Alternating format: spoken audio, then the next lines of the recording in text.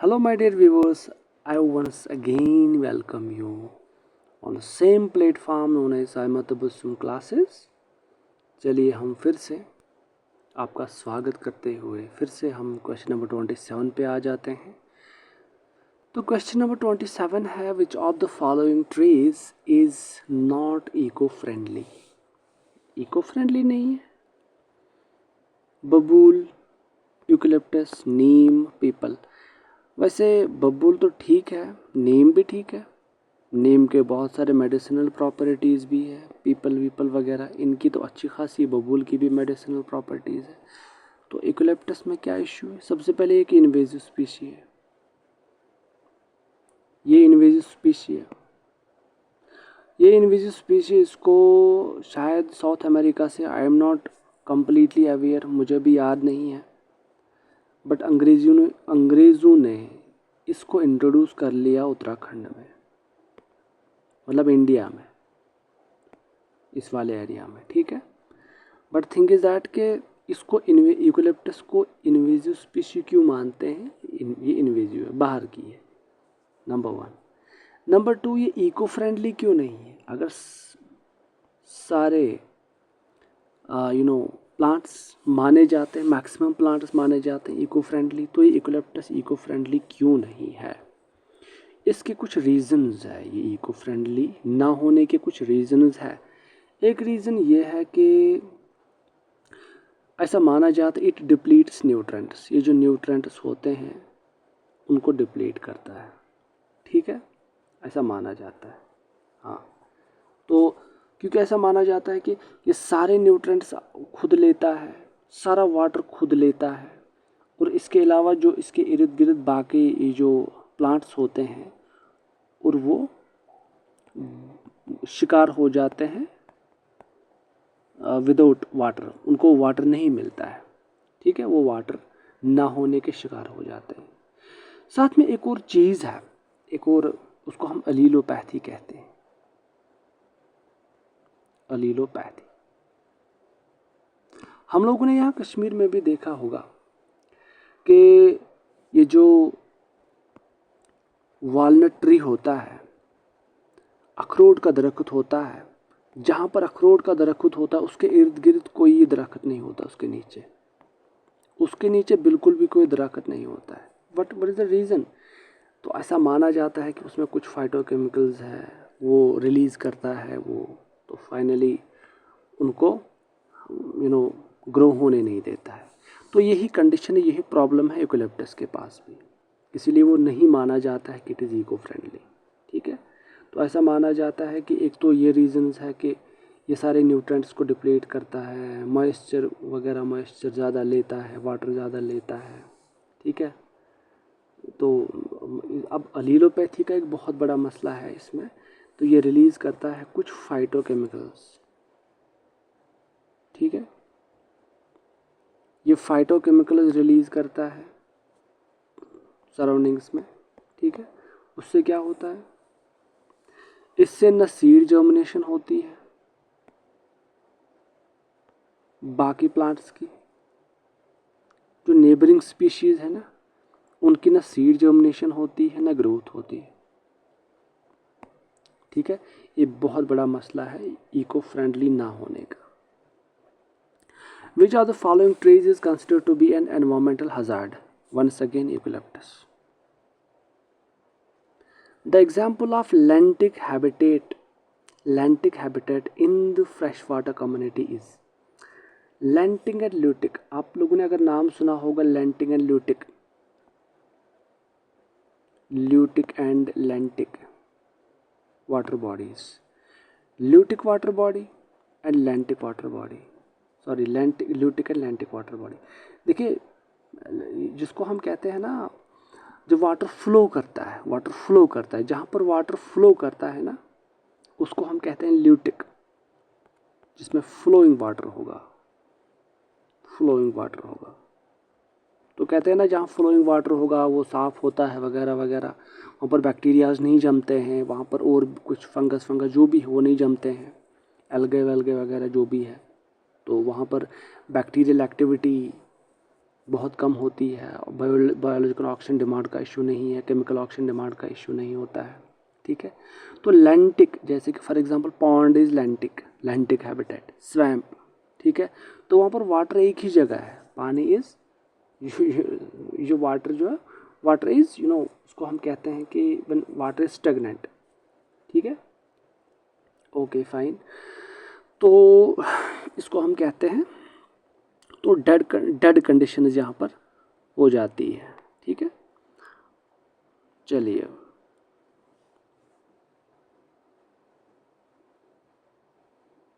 तो यहाँ पर पॉन्ड एंड रिवर्स है, पॉन्ड है लेकिन रिवर नहीं है, ये नहीं आएगा। वाटरफॉल्स एंड रिवर्स बिल्कुल भी नहीं, ये तो कम्प्लीटली लैंटिक है, लैंटिक नहीं है। चलिए, the transitional zone between two distinct communities is known as transitional zone. हम लोगों ने ट्रांजिशनल जोन की बात की, ट्रांजिशनल जोन की बात की, वन इकोसिस्टम अनदर इकोसिस्टम, तो इसमें अलग एनवायरनमेंट होगा।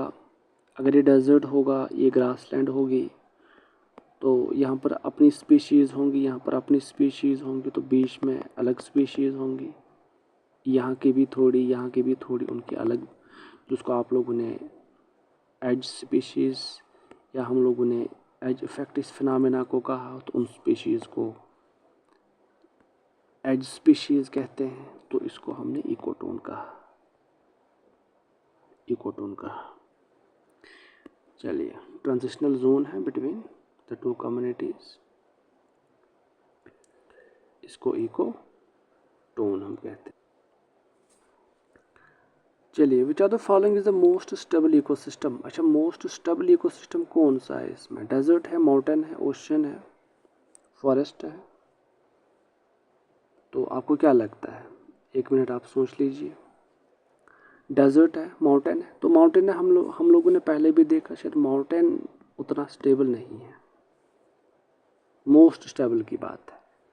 तो डेजर्ट भी मोस्ट स्टेबल नहीं है, पानी तो मिलता नहीं वहाँ पर, तो हम नहीं मान सकते हैं, इट इज़ वंस अगेन हम नहीं मान सकते हैं, ठीक है। फॉरेस्ट नहीं, ओशन इकोसिस्टम इज स्टेबल माना जाता है, ओशन इज स्टेबल, ठीक है। Forest ecosystem once again not completely ठीक है, स्टेबल। चलिए, the cycling of elements in an ecosystem is called. अच्छा, साइकिलिंग ऑफ एलिमेंट्स और रिसाइकिलिंग ऑफ एलिमेंट्स, उसको क्या कहते हैं हम? Definitely cycling of elements. Is it chemical cycles? हाँ, केमिकल साइकिल्स है, बट नहीं, केमिकल साइकिल्स है, ठीक है, बट उनको हम कुछ और, जियोलॉजिकल साइकिल्स भी है, ठीक है, जियोकेमिकल्स नहीं, बायोजियोकेमिकल साइकिल्स ही आंसर आएगा इसमें। बायोजियोकेमिकल साइकिल, जैसे कि आप लोगों ने वाटर साइकिल, ठीक है, वाटर साइकिल है, नाइट्रोजन साइकिल है, जितने भी साइकिल्स हैं जहाँ पर रिसाइकलिंग ऑफ एलिमेंट्स होता है, रिसाइकलिंग ऑफ न्यूट्रेंट्स होता है इकोसिस्टम में, तो उसको बायोजियोकेमिकल साइकिल्स कहते हैं, ठीक है, okay. Which one of the following is not related with ecological balance? अच्छा, इकोलॉजिकल बैलेंस के लिए कौन सा इनमें से, मंदरजा झैल में से कौन सा इकोलॉजिकल बैलेंस में कोई रोल, इसका कोई रोल ही नहीं है? एफॉरेस्टेशन में है, वाइल्ड लाइफ प्रोटेक्शन डेफिनेटली है, वाटर मैनेजमेंट में भी है, वाटर शेड मैनेजमेंट भी कहो तो उसमें भी है, तो वाटर मैनेजमेंट में भी उसमें भी है, तो इंडस्ट्रियल मैनेजमेंट में नहीं, तो इट इज़ completely क्लियर। चलिए, ecology is permanent economy, ecology is permanent economy, इस स्लोगन को किस मूवमेंट में दिया गया था? मतलब ये किस मूवमेंट का स्लोगन माना जाता है? ठीक है, डेफिनेटली चिपको मूवमेंट का, चिपको मूवमेंट का। तो ये चिपको मूवमेंट यू ऑलरेडी नो, तो इसमें लोग चिपके थे, चिपक गए थे पेड़ों के साथ, ताकि पेड़ ना काटे जाएं। चलिए, चिपको मूवमेंट रिलेटेड टू क्रोकोडाइल नहीं, प्लांट रिप्रोडक्शन नहीं, टाइगर नहीं, प्लांट कंजर्वेशन उत्तराखंड में। चलिए which one of the following, चलिए कोई और क्वेश्चन है, which one of the following is the correct sequence of ecosystems in the order of decreasing productivity. अच्छा, प्रोडक्टिविटी ज़्यादा कहाँ है और कम कहाँ है?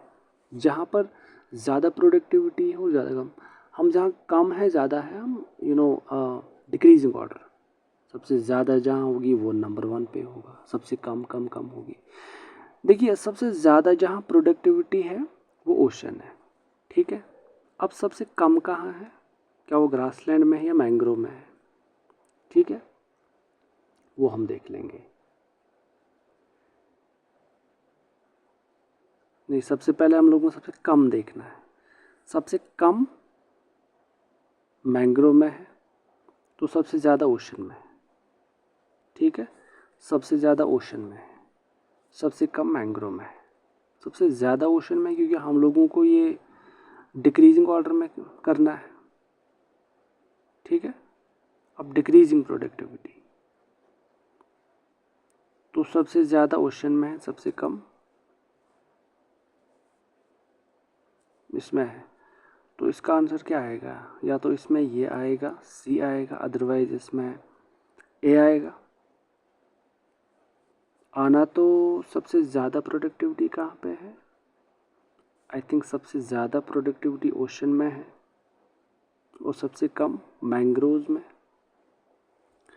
नहीं, आई एम सॉरी, सबसे ज़्यादा प्रोडक्टिविटी तो एक्वाटिक इकोसिस्टम में सबसे ज़्यादा नहीं हो सकती, इसमें कम है, तो बिल्कुल है, इसमें सी ही आंसर है। मैंग्रोव में सबसे ज़्यादा है, मैंग्रोव्स में, ठीक है, उसके बाद ग्रासलैंड्स में, उसके बाद लेक्स में, उसके बाद ओशन में। दैट मीन्स कि ओशन में सबसे ज़्यादा प्रोडक्टिविटी, सबसे कम प्रोडक्टिविटी है, तो सी इज आंसर। या